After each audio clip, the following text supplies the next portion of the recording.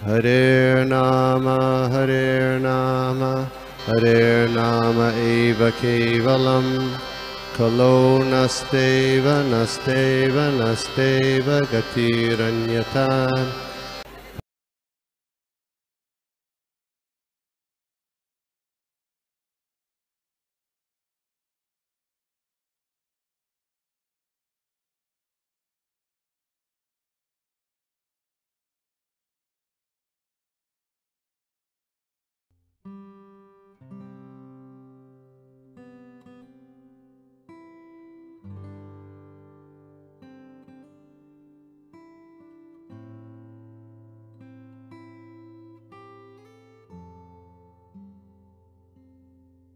By his piety, Vidura achieved the advantages of pious Kauravas. After leaving Hastinapur, he took shelter of many places of pilgrimage, which are the Lord's lotus feet. With a desire to gain a high order of pious life, he traveled to holy places where thousands of transcendental forms of Lord are situated. तो यहाँ पर ये बता, एक minute, just 1 minute.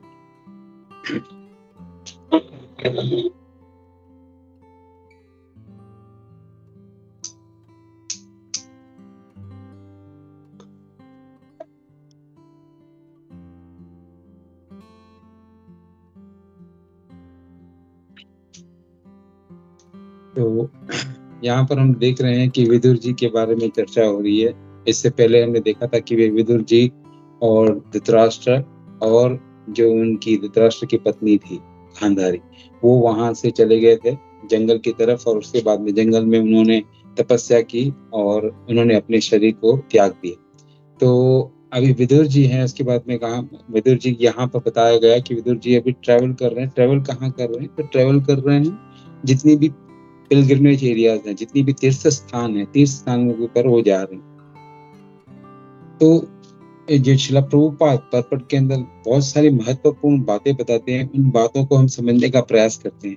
तो पहले यहाँ पर बताया गया कि शिला प्रभुपाद तात्पर्य के अंदर ये बताते हैं कि आपको अगर जो मतलब शिला प्रभुपाद उस तरीके से बताते हैं कि अगर किसी को, किसी भी जीव को अगर मतलब जो है ऐसे घर में जन्म मतलब मिले तो कैसे घर के अंदर, तो बोला और ये सब सुविधाएं मिली हैं। तो यहाँ पर बताता है हाई पेरेंटेज, यानी जिनके जो माता पिता हो बहुत ही ज्ञानी हो, बहुत ऊंचे पद पर हो, उसके बाद में बहुत सारा धन हो, ऐसा घर हो, और उसके बाद में खुद जो है जीव वो बहुत अच्छा पढ़ा लिखा हो, ज्यादा उसको ज्ञान हो, और साथ ही साथ में वो बहुत सुंदर भी हो।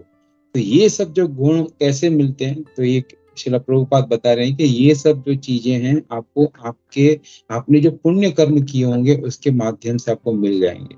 यानी जो व्यक्ति बहुत धनी है, उसके माता पिता बहुत धनी हैं, अच्छे घर के अंदर उसकी जो है परवरिश हो रही है, उसको वहां पर पल रहा है, उसके बाद में वहां पर बहुत सारा धन है, ज्ञान उसके पास बहुत है, और साथ ही साथ वो बहुत सुंदर भी है।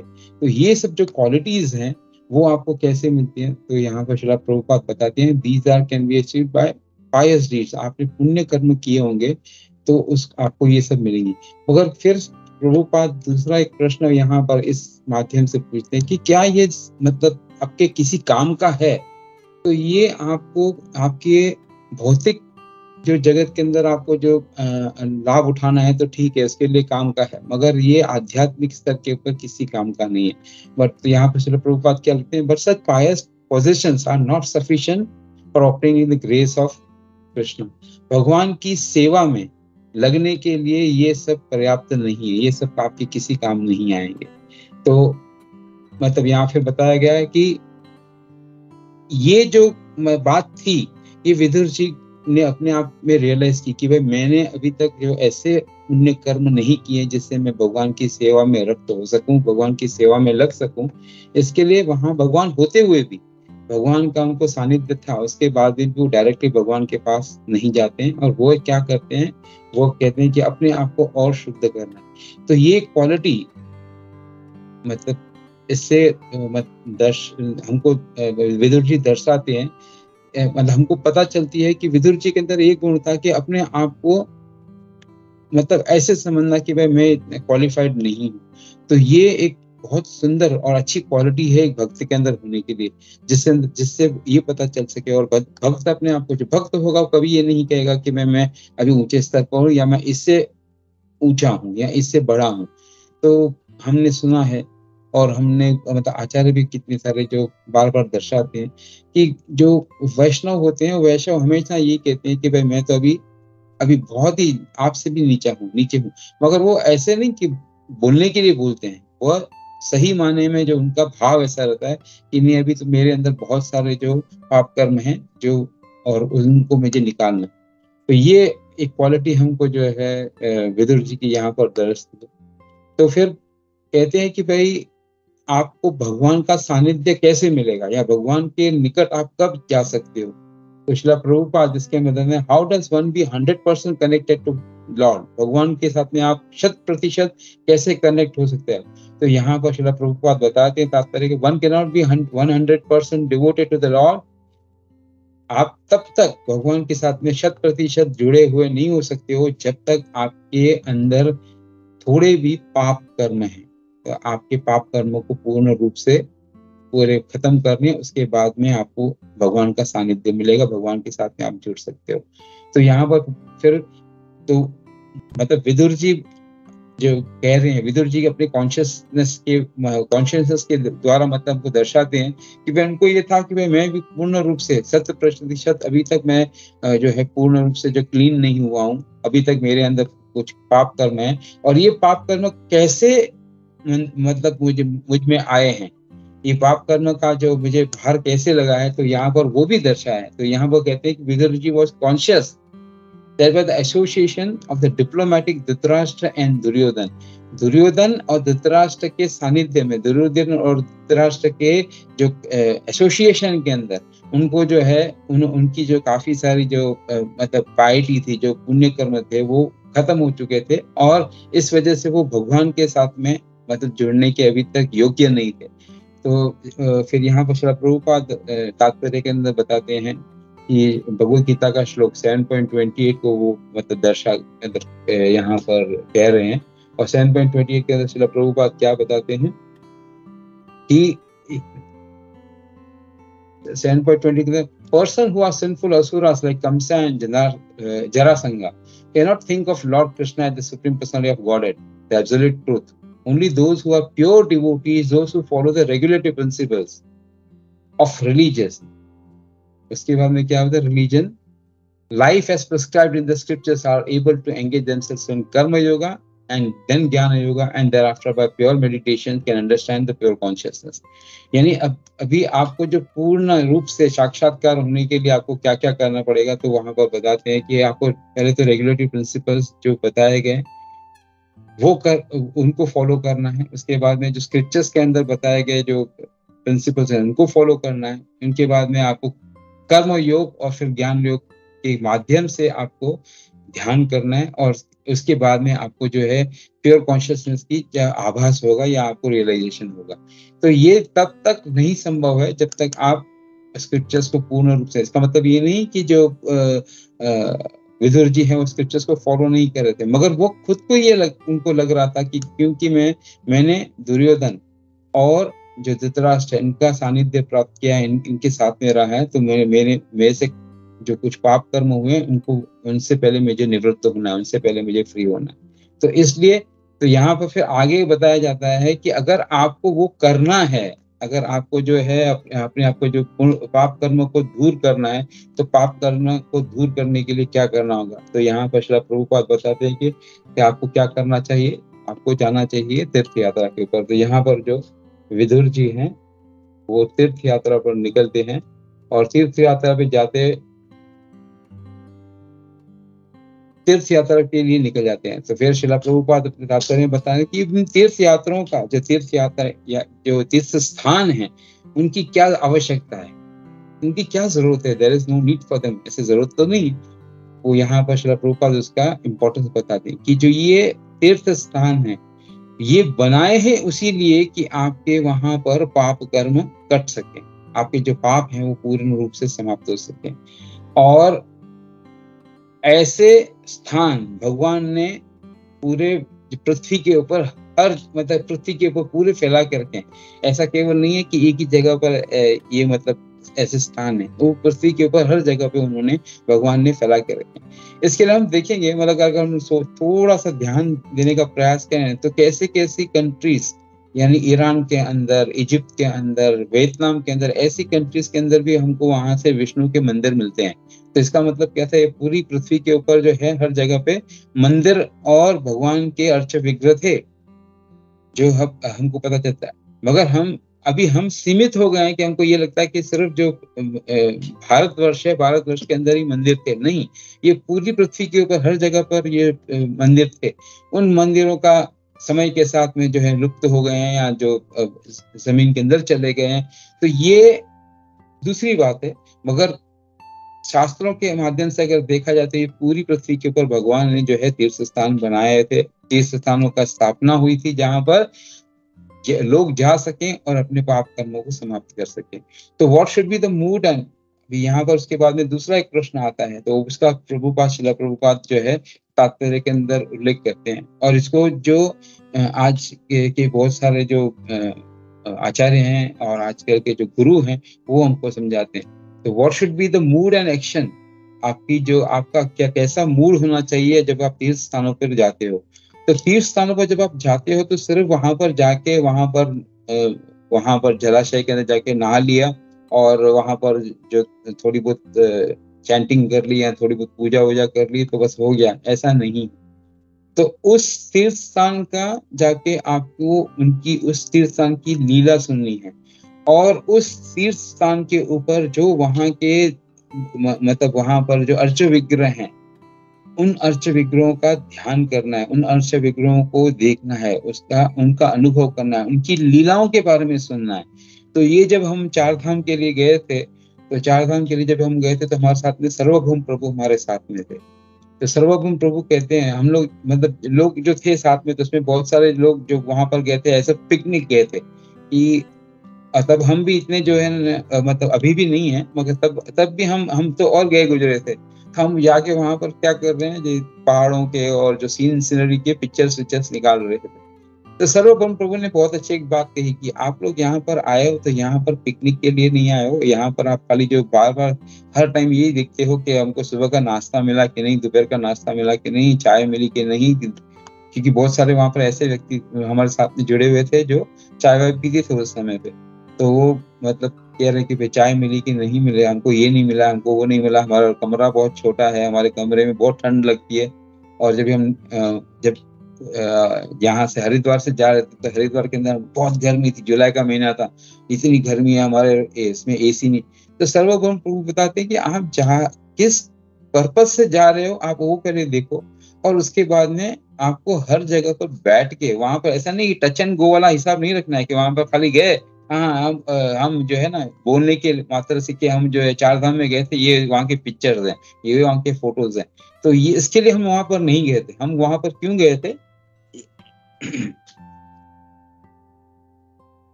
तो हम वहां पर क्यों गए थे, हम वहां पर गए हैं किस कारण से गए, पहले हमको ये समझना चाहिए कि हम भगवान का दर्शन करने के लिए गए। और दूसरी, हर स्थान पर बैठे आप जिस जिस स्थान पर जाए वहां पर बैठ के वहां की लीलाएं सुने और वहां के अर्च विग्रह की स्थापना कैसे हुई, उनकी लीलाएं क्या हैं, क्योंकि हर जगह पे भगवान के अनेकों लीलाएं हैं। तो वो लीलाएं आपको वहां के जो महंत हैं उनसे पता चलेगी, वहां के जो मतलब वहां पर काफी सारे भक्त होते हैं, उन भक्तों के माध्यम से आपको पता चलेगा। तो ये हमारी एक्टिविटी होनी चाहिए। ऐसे नहीं कि वहां पर गए हम टच एंड गो, वहां पर गए जाके हाथ लगा के यार ठीक है दर्शन हो गया, प्रसाद लिया और वहां से चले गए। तो यहाँ पर तात्पर्य में शिला प्रभुपाद वही मतलब बात जो है जो बताते हैं, जो जितने भी आजकल के आचार्य हैं या आजकल के जितने भी शुद्ध भक्त हैं, जो भक्त हैं, वरिष्ठ भक्त हैं, वो यही बात जो शिला प्रभुपाद कहते हैं वही दोहराते हैं। तो यहाँ पर कह रहे हैं one should not be satisfied, आपको संतुष्ट इस बात से नहीं होना चाहिए कि आप सिर्फ जो तीर्थ स्थानों पर गए हो और तीर्थ स्थानों के ऊपर जाके अपनी जो ड्यूटी थी, आपका जो कार्य था वो आपने समाप्त किया। नहीं, वहां पर जाएं और वहां पर जो ग्रेट सोल्स हैं, जो वरिष्ठ भक्त हैं उनके साथ में मिलें, और उनसे, जो वरिष्ठ भक्त हैं जो भगवान की सेवा में ऑलरेडी लगे हुए हैं, उनसे जाके आप कुछ सुने भगवान के बारे में। और फिर हर जगह पर आप जाते हो तो, क्योंकि ये इन हर स्थान पर भगवान के अर्च विग्रह के माध्यम से भगवान वहां उपस्थित हैं, तो वहां पर आप जाएं और वहां पर जाके उनसे ज्ञान की बातें करें, आध्यात्मिक ज्ञान की बातें। तो what is the purpose of the great souls? अब ये बहुत महत्वपूर्ण बात बताइए इस श्लोक के तात्पर्य में, कि वहां पर आप जाओगे, मतलब जब आप जाओगे तो वहां उनसे सुनना है। You have to hear from that great souls, जो वहां पर उस जगह पर, मतलब उस तीर्थ स्थान पर जो हैं, उनके मुख से सुनना है आपको। तो ये ऐसे, मतलब क्यों, क्या बताया गया और उन ग्रेट सोल्स के बारे में क्या बताया गया? तो श्रील प्रभुपाद अपने लेक्चर्स के अंदर बताते हैं कि भाई इनका काम क्या है, जो इतने जो वरिष्ठ भक्त हैं जो इन स्थानों के ऊपर बैठे हैं, ध्यान कर रहे हैं या वहां पर जो सेवा कर रहे हैं, तो उनका कार्य क्या है, तो उनका कार्य कैसा है। तो एक लेक्चर के अंदर मैं सुन रहा था, उनके अंदर बताते हैं कि वो एक अलार्म क्लॉक की तरह है। ये जो वहां पर जितने भी जो शुद्ध भक्त हैं जो वहां पर सेवा दे रहे हैं इन स्थानों पर, तीर्थ स्थानों पर, वो किसका काम करते हैं? वो अलार्म क्लॉक का काम करते हैं। तो जैसे हमने देखा है लीलाओं के अंदर कि मृगारी को जो ज्ञान कहाँ से मिला? कोई बता सकता है? मृगारी को ज्ञान किसने दिया जिसकी वजह से मृगारी चेंज हो गए? कोई बता सकता है? प्रभु जी, नारद मुनि। यस, थैंक यू प्रभु जी। तो नारद मुनि के माध्यम से उनको ये ज्ञान मिला। नारद मुनि के माध्यम से जब ये ज्ञान मिला तो क्या हो गया? नारद मुनि एक क्या बन गए? एक अलार्म बन गए। यानी इनको एक इंडिकेशन दे दिया कि तुम ये क्या कर रहे हो, जो जीवों को तुम अधमरा छोड़ देते हो, तो इससे क्या तुमको कुछ फायदा होना? तो ये ज्ञान की जब बातें नारद मुनि का काम क्या है? नारद मुनि एक जगह बैठते नहीं, वो भ्रमण करते रहते हैं। तो ये जो शुद्ध भक्त होते हैं वो ऐसे, उनके लिए, जैसे नारद मुनि के लिए जहां पर भी जाएंगे वो तीर्थ स्थान बन जाता है। तो वो व्यक्ति जो ऑलरेडी एलिवेटेड है, वो ऑलरेडी चार्ज्ड अप है, वो कहां पर भी जाएगा तो उस जगह को वो तीर्थ स्थान बना देगा। तो नारद मुनि जी ने उनको इंस्ट्रक्शंस दिया, और ऐसा सॉफ्ट बेल, यानी कि सॉफ्ट अलार्म, यानी आजकल हम देखते हैं डिजिटल अलार्म आता है, ये घड़ियों के अंदर या अपने मोबाइल के अंदर, तो कितना हल्के से म्यूजिक बजती है और हम उठ जाते हैं, मतलब जो उठने वाले होते हैं। और मेरे जैसे कोई दुष्ट होते हैं तो कितने भी जोर से बजे उठेगा नहीं, वाला उसको बंद कर स्नूज करके फिर सो जाते हैं। तो यहाँ पर ये बता रहे हैं कि जो अलार्म क्लॉक होता है, ये अलार्म क्लॉक की तरह काम करते हैं। ये जो शुद्ध भक्त होते हैं, जो वरिष्ठ भक्त होते हैं, वो सबके मन के अंदर जो है भगवान की बातों को बताकर उनको उजागर करते हैं, उनको जागृत करते हैं। तो जैसे मृगारी जागृत हो गए, तो सॉफ्ट, मतलब बातों से ही वो जागृत हो गए, उन्होंने सब कुछ छोड़ दिया और भक्ति मार्ग पर लग गए। और दूसरी तरह से दूसरे, मतलब ऐसे भी लोग होते हैं जिनके लिए, मतलब कहा गया कि हेस करके एक कंपनी है जर्मनी के अंदर, वो क्लॉक बनाती है। तो वो अगर क्लॉक, उसका अलार्म अगर सपोज चौथे माले पर बजे तो आपको ग्राउंड फ्लोर पे उसकी आवाज सुनाई देगी। इतना भयंकर उसका आवाज बजता है और इतना क्रूर वो आवाज होता है कि मतलब आदमी सह नहीं पाता और आदमी को उड़ जाना पड़ता है। तो इतनी जोर से बजता है वो, तो उसको हेस क्लॉक आता है, मतलब अलार्म क्लॉक। तो ऐसा क्लॉक किसके लिए था? ऐसा क्लॉक जो था धृतराष्ट्र के लिए था। जब तक उनको विदुर जी ने ये तक नहीं बोला, विदुर जी ने उनको ये बोला कि तुम तो जो अपने भतीजे के टुकड़ों पे पल रहे हो, भीम के टुकड़ों पर तुम पल रहे हो। जब ऐसी जो मतलब भाषा का उन्होंने उपयोग किया, तब जाके जो है वो अपने धृतराष्ट्र है वो मतलब होश में आए और फिर उनको विरक्ति आई और वो छोड़ के गए। तो ये जो भक्त हैं, जो ये ग्रेट सोल्स हैं, वो हर तीर्थ स्थानों पे होते हैं। और जैसे ही आचार्य हैं वो हर समय फैलते, मतलब घूमते रहते हैं और वो ये प्रचार करते रहते हैं। तो they are working like an alarm clock. और दूसरा एक उदाहरण बताया गया है कि ये जो ग्रेट सोल्स होते हैं, जो ऐसे शुद्ध भक्त होते हैं, वो किस तरह काम करते हैं? तो वो मैग्नेट की तरह काम करते हैं। मैग्नेट, आप एक उदाहरण ले लो, एक कमरे के अंदर बहुत सारी घास है, सूखी हुई घास है, और उस घास के अंदर जो है बहुत सारी कीलें पड़ी हुई हैं, दैट मीन्स नेल्स, इंग्लिश में नेल्स कहते हैं, कील होती है जो दीवार के अंदर हम ठोकते हैं कुछ टंगाने के लिए। तो ऐसी लोहे की कीलें जो है उसमें पूरी पड़ी हुई हैं। अभी बहुत सारा घास है उसके अंदर से आपको कील नहीं मिलती, मगर उस कील को और आपको डर भी लगता है कि अगर मैं यहाँ पर पैर रखूंगा कील चुभ गई तो इसको निकालने का सही माने में जो क्या है एग्जाम्पल और सही तरीका क्या है, आप एक पावरफुल मैग्नेट ले आओ और उस घास के ऊपर घुमा दो, तो जितनी भी कीलें होंगी मेटल की वो पूरी चिपक जाएंगी उसके ऊपर और निकल आएंगी। तो ठीक उसी तरह जो ग्रेट सोल्स होते हैं, जो ये शुद्ध भक्त होते हैं, वो क्या करते हैं, वो हमारे हृदय के अंदर जो 6 प्रकार की कीलें हैं वो उनको निकालते हैं। वो अपने जो उनका जो अनुभव है और जो उन्होंने शास्त्रों के शास्त्रार्थ किया हुआ है उसको समझाकर हमारे हृदय के अंदर से वो 6 प्रकार की जो कीलें हैं उनको निकालते हैं। तो हमारा हृदय तो वैसे बहुत अच्छा है, मगर उसके अंदर ये जो 6 कीलें पड़ी हैं ये हमको बार बार चुभती रहती है और हमको इस संसार के अंदर मतलब फंसा कर रखती है। तो यहाँ पर वो जो 5 जो 6 हमारे अनर्थास हैं, उन अनर्थास कौन से हैं, तो काम, क्रोध, लोभ, मोह, मद, मात्सर्य, इनको निकालने के लिए हमको इन शुद्ध भक्तों का इनका सहारा चाहिए। तो वो उनका कार्य है। तो ये यहाँ पर बात आती है। और उसके बाद में तात्पर्य के अंदर बहुत अच्छी बातें बताई गई कि अर्च विग्रह हैं, जो अर्च विग्रह खाली मूर्तियां नहीं हैं, ये जो है इनके अंदर प्राण प्रतिष्ठा होती है। प्राण प्रतिष्ठा होने के बाद में वो मूर्तियां लिटरली भगवान का वहां पर भगवान स्थापित हैं, वहां भगवान का वहां पर वास है।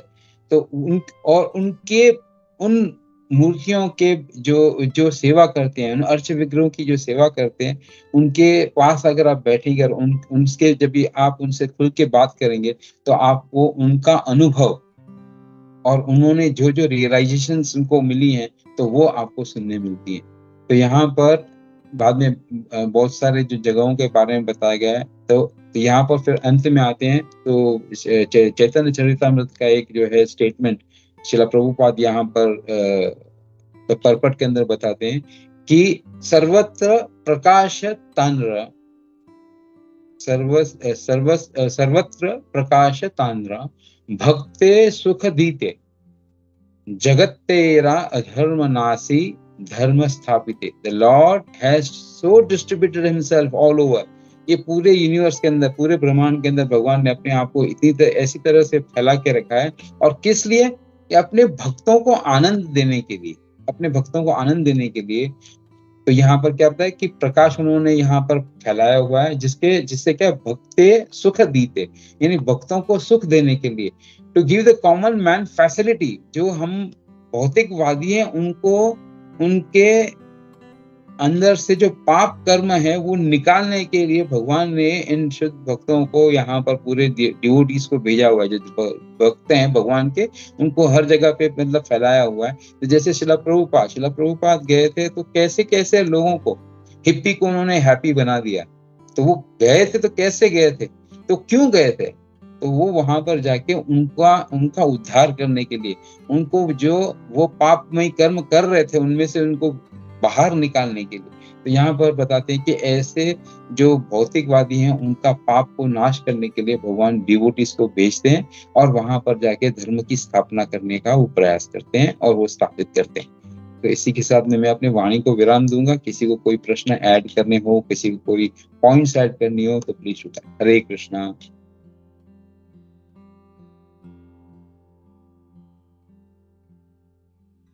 हरे कृष्णा प्रभु जी, दंडोत प्रणाम। हरे कृष्णा सरदे गिरधारी प्रभु, बोलिए। Thank you so much for wonderful class प्रभु, जिसमें आपने भगवान के बारे में, धाम के और श्रील प्रभुपाद जी के बारे में आपने बताया प्रभु। इट वाज वेरी नाइस प्रभु। प्रभु जी, मेरा सिर्फ एक क्वेश्चन था प्रभु कि आज हम प्रभु जी जब भी धाम में जाते हैं, आज धाम का टॉपिक निकला हुआ है प्रभु, तो हम ये सुनते हैं कि प्रभु की जो भी धाम में जो भी वहाँ के वासी है, दे आर सो लकी कि उनको वहाँ पे मतलब वहाँ पे उनको स्थान मिला हुआ है। पर अब जब हम जाते हैं प्रभु धाम में तो हम देखते हैं कि आज भी वहाँ के जितने जो वासी है वो कितने स्ट्रगल करते हैं। इवन लक्ष्मी के लिए भी देव कभी कभी उनको चोरी करना पड़ता है या उनको मांगना पड़ता है। तो हमको प्रभु ये इसको कैसे देखना है प्रभु, मतलब how we can see when we go to dham, और ऐसे जब भक्त लोग हम लोग देखते हैं वहाँ के निवासी लोग को, so how we will see, हमें कैसे उनको देखना है प्रभु। हरे कृष्णा प्रभु। बहुत ही सुंदर प्रश्न है, और ये आज के जो मतलब स्थिति है, उस स्थिति के साथ में बहुत ही एप्ट है, बहुत ही सही प्रश्न है। और हम देखते हैं कि कितने सारे ऐसे भी भक्त हैं जो वहां पर जो मतलब उनको वहां पर ये मिला हुआ है, धाम के अंदर वास मिला है। अगर हम वृंदावन में जाएंगे या पंढरपुर जाएंगे तो इन जगहों पे हमने देखा है। तो हमारे जो आचार्य हैं और जो हमारे वहां पे इस्कॉन के मंदिर हैं, वो आपको बताएंगे, सही मार्ग बताएंगे कि भाई कैसे इनका उद्धार कर सकते हैं, ऐसे इन लोगों को जो है सही मार्ग पे ले आ सकते हैं। वो भी जो है मतलब कहते हैं कि जैसे वृंदावन में जाते हैं तो वृंदावन के अंदर बंदर होते हैं, वो बंदर भी मतलब उन्होंने ऐसे अच्छे कर्म किए होंगे जिसकी वजह से वहां पर जन्म लिया। अब वहां पर अच्छे कर्म तो उन्होंने किए हैं जिस वजह से उनको वृंदावन में वास मिला है, वृंदावन में जो है रहने को मिला। मगर अब उनको क्या करना है? तो इनको ऐसे लोगों को जो आपने बताया कि जो पथभ्रष्ट हो चुके हैं, रहते वही हैं धाम में मगर पथ भ्रष्ट हो चुके हैं, मतलब अपने पथ से भटक गए हैं। तो पथ से क्यों भटक गए? क्योंकि उनको ज्ञान नहीं। ये मैं समझता हूँ कि उनको ज्ञान नहीं है। ज्ञान किस चीज का नहीं है? क्योंकि उनका जो उन्होंने अच्छे कर्म किए थे, इसके लिए उनको जन्म मिला है, मगर अभी वो अच्छे कर्म नहीं कर रहे। तो उनको ये रियलाइज कराना जरूरी है, और ये कार्य बनता है हम लोगों का। मतलब जब हम प्रचार के लिए कुछ करते हैं तो उन लोगों को किसी न किसी माध्यम से, कोई भूखा है तो हम उसको बैठ के उसको पैसे ना दें, क्योंकि वो पैसे से कुछ भी करेगा और उसका जो कर्म हमको लगेगा। तो इसके लिए ऐसे भूखे को बैठ के उसको खाना खिलाएं। खाना खिलाने के बाद में बात करते करते उनसे पूछें कि भाई क्या कार्य है, किस तरह आप उनकी सहायता कर सकते हो। तो ये एक छोटा सा बेबी स्टेप होता है जिसको कहते हैं। जैसे एक हम छोटा सा स्टेप ले लिया हमने कि उनको कि हो सकता है कि हमारे किसी अच्छी बात से या हमारे किसी अच्छे कार्य से, जैसे मतलब हमने कुछ अच्छी बात सुनी हो और वही बात हमने उसको एज इट इज, जैसे प्रभुपाद ने किसी ने कोई अच्छी चीज बताई हो जिससे हम उनको समझा सकते हैं, हमने उनको बताया। और हो सकता है कि आपके प्रेम भाव से और आपके जो अच्छे व्यवहार से उनको उनके मन में ये बात आ गई कि हाँ ये बात तो सही है कि मैं ये गलत कार्य कर रहा हूँ, मैं यहाँ भीख मांग रहा हूँ या तो फिर मैं मैं यहाँ चोरी कर रहा हूँ। तो उसको ये लगे या तो मैं ऐसे ही सब मांग मांग के खा रहा हूँ, तो क्यों ना मैं कुछ ऐसा कार्य करूँ जिसकी वजह से मैं भगवान की सेवा भी हो जाए और मैं उसको ये रियलाइज भी हो जाए कि भाई मैं एक धाम के अंदर हूँ। कभी कभी ऐसा होता है कि लोगों को किसी चीज का कोई चीज अपनी आंखों के आगे बहुत ज्यादा क्लोज ले आए हम लोग, तो वो दिखती नहीं है, तो थोड़ा सा उसको दूर करना पड़ता है। तो ठीक उसी तरह उसको फोकस करना जरूरी है।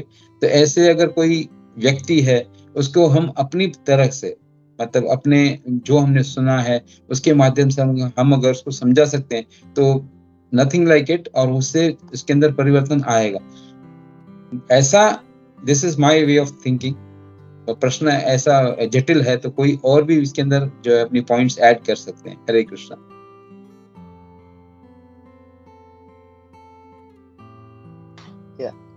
थैंक यू प्रभु। प्रभु जी मतलब हम ये देखें प्रभु कि हम जो वहाँ पे जो लोग हैं प्रभु, वो जब जैसे भगवत धाम में रहते हैं और मतलब स्टिल वो इतने मतलब उनको बहुत स्ट्रगल करना पड़ता है फॉर द डेली लाइफ।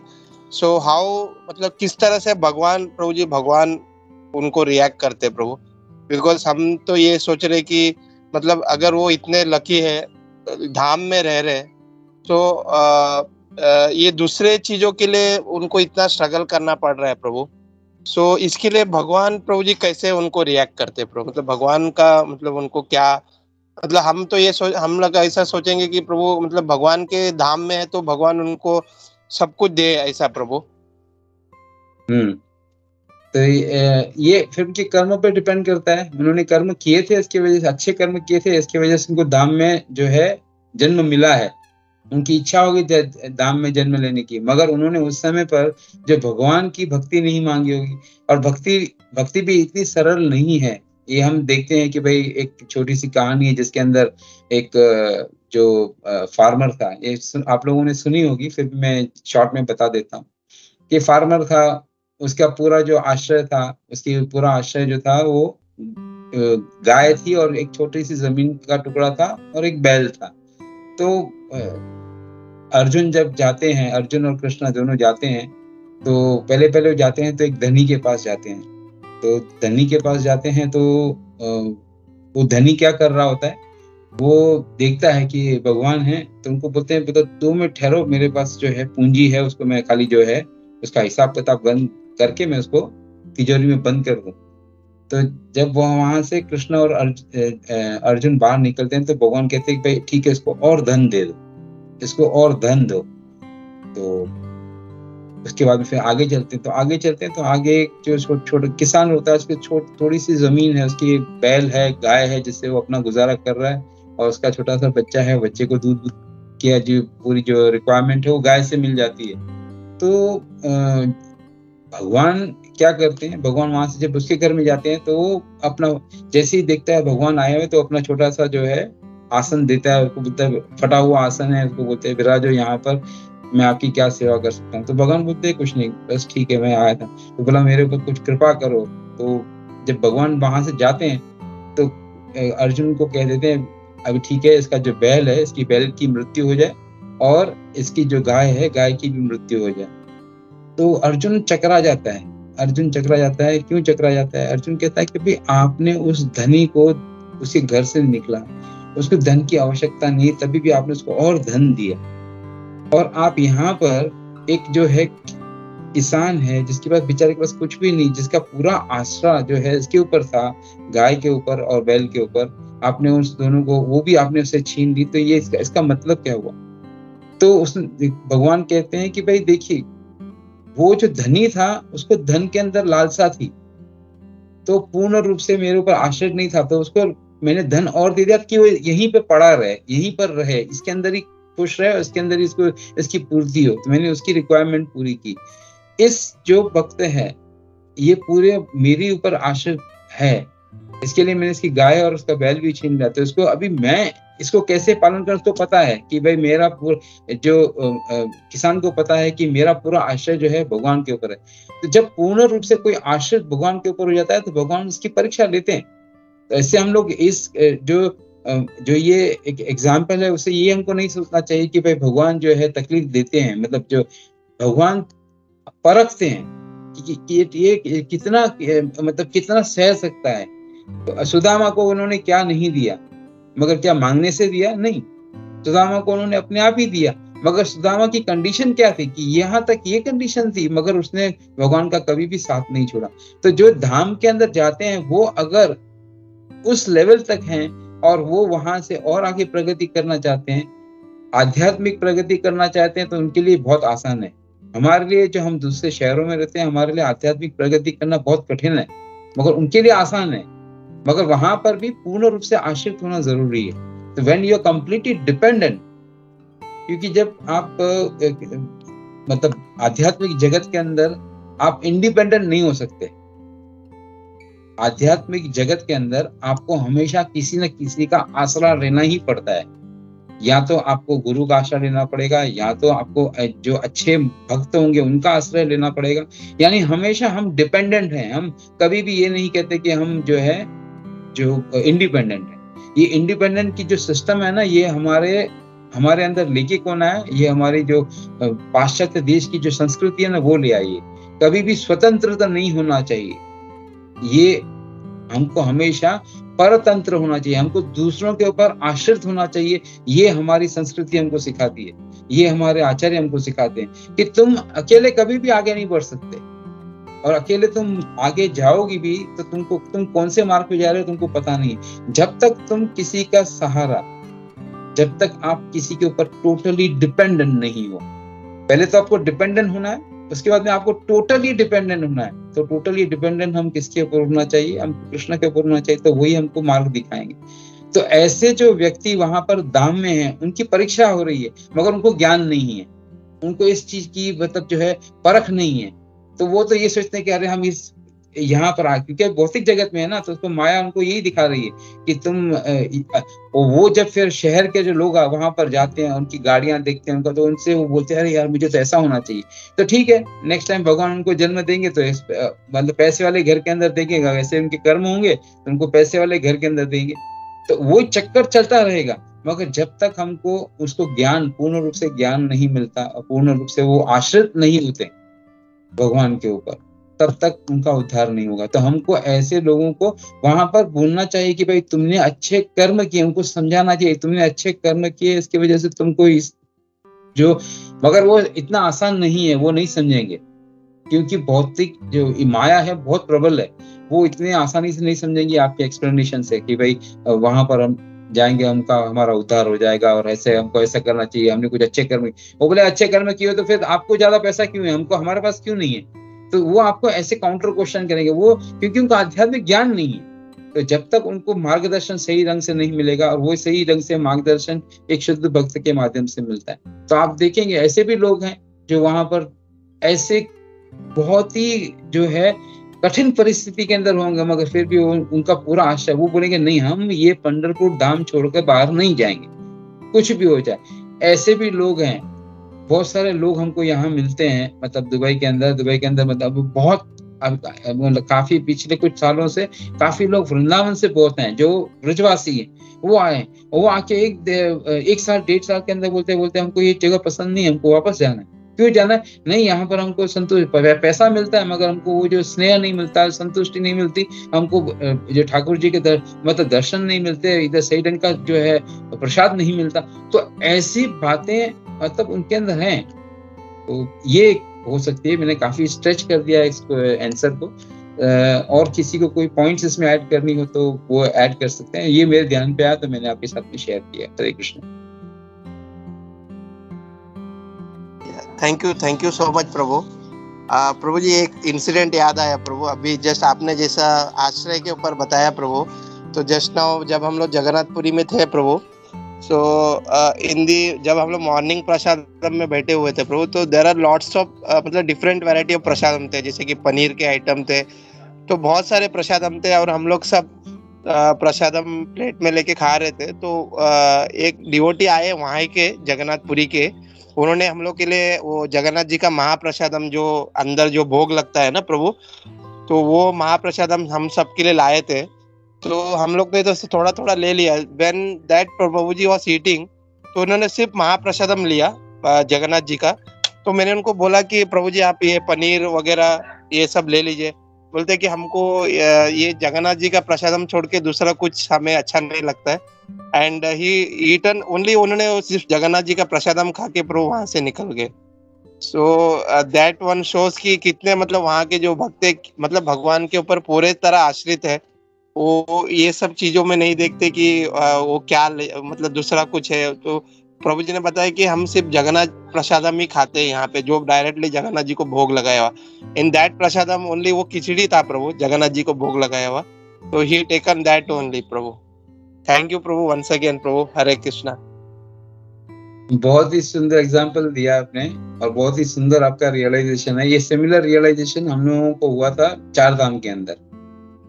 यहाँ पर एक गौरांग प्रभु करके थे हमारे साथ में, यहाँ पर सुंदर गौरांग आई थिंक उनका नाम था।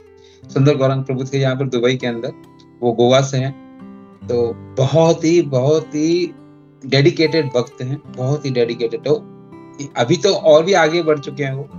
तो वो हमारे साथ में जब चार धाम में थे तो हम लोग मतलब जो प्रसादम बनता था तो क्या होता था कि हम लोगों की बस जाती थी, उससे पहले आगे एक 4 व्हील ड्राइव थी, जीप थी। जीप के अंदर जो मतलब प्रसादम बनाने वाले भक्त थे, महाराज लोग थे, वो जाते थे वहां पर जाके प्रसादम का प्रबंध करते थे और फिर हम लोग खाते थे। तो वो एरिया के अंदर वहां पर एक तो काफी ठंड थी और पहाड़ी इलाका, इतने ऊपर जाना है चार धाम के अंदर। तो यूजुअली होता क्या था कि कोई कैसी भी दूधी की, कद्दू की सब्जी, ऐसी कोई सब्जी बन जाती थी तो लोग बोलते थे ये क्या ड्राई बनाया तुमने, प्रसादम बनाया, ये बनाया। तो ऐसे चल रहा था। तो एक जगह पे ऐसा हो गया कि वहां पर उन्होंने पूरियां बनाई थी। तो मतलब भटोरे बनाए थे या पूरियां बनाई थी, उसके साथ में चने वने थे। तो सब लोगों ने खाया और साथ में उन्होंने सीरा बनाया था। तो सीरा जो है मतलब किसी ने खाया नहीं, बहुत लोगों ने जो है खाया नहीं, उन्होंने दूसरे पनीर की सब्जियां ये वो बाद में बनी थी तो वो खाई, तो उन्होंने इसको जो सीरे को नहीं खाया। अभी आप ये यकीन मानिए, हम लोग जो है कहाँ पर हैं, चार धाम के अंदर हैं, भयंकर ठंड है वहां पर। अच्छा, वो पूरा जो सीरा जो था वो पूरा जम गया था, क्योंकि उसके अंदर घी डाला हुआ था, तो ठंड की वजह से पूरा सीरा जम गया था, और पूरियां भी जो है सख्त हो चुकी थी। मुझे बोलते हुए मुझे जो ऐसा दुख हो रहा है, दुख तो नहीं हो रहा, मतलब किसी एक भक्त की डेडिकेशन को देखते हैं हमने जो है उसके बाद में जहां पर पे गए तो अच्छी फिर जैसे जैसे हम लोग नीचे की तरफ आते गए, फ्रॉम चारधाम से नीचे आते गए, तो वहां पर क्या फिर सब सब्जियां मिलनी शुरू हो गई, वेराइटीज मिलनी शुरू हो गई, तो फिर बहुत सारे व्यंजन बनाए तो वो सबने खाया। मगर इस भक्त ने, सुंदर प्रभु ने कहा कि भाई प्रसाद वेस्ट नहीं होना चाहिए, तो इन्होंने पूरे समय जब तक हम नीचे नहीं आए तब तक इन्होंने सिर्फ पूरी और वो सीरा खाया। जो सीरा पूरा जो है मतलब एकदम जिसको बोलते हैं सख्त हो चुका था, एकदम सख्त तो नहीं था, मतलब कहने का मतलब जम गया था। यानी गरम सीरा एक अलग होता है और एक जमा हुआ सीरा एक अलग होता है। तो उन्होंने पूरे जो जमे हुए सीरे के साथ में उन्होंने पूरी खाई। उन्होंने कहा मैं दूसरा प्रसाद में नहीं खाऊंगा, ये ठाकुर जी को भोग लगा हुआ मैं ये खाऊंगा, मुझे इसका जो है नाश नहीं करना है या इसको व्यय नहीं करना है। तो this is what kind of dedication is there. तो ये रियलाइजेशंस होती हैं, और ये डेडिकेशंस कैसे मिलती हैं, मतलब ये डेडिकेशंस आती कैसे हैं? ये डेडिकेशंस आती हैं when you are in the association of devotees. तो उसके बाद में हमने फिर दूसरा एक प्रसंग देखा था। हमने देखा कि एक जगह पे हम लोग मतलब कि प्रसाद खा रहे थे, तो एक भक्त था जो हमारे साथ में बैठा हुआ था। उस भक्त ने जो खाने के अंदर मिर्चियां थी, कड़ी पत्ते थे, उसके साथ दूसरे मसाले जो हम बाहर निकाल के फेंक देते हैं, उसने वो भी खाया। और पूरी की तीखी भी लग रही थी उसको, मगर उसने छोड़ा नहीं। उसने कहा नहीं, ये प्रसाद है, इस प्रसाद को मैं ऐसे ही जाने नहीं दूंगा।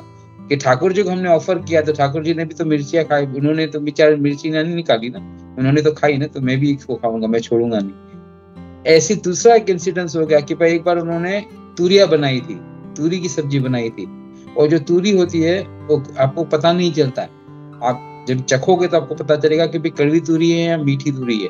तो उन्होंने सब्जियां बनाई थी, सब्जी के अंदर एक तूरी ऐसी थी जो कड़वी थी, और भयंकर कड़वी थी वो।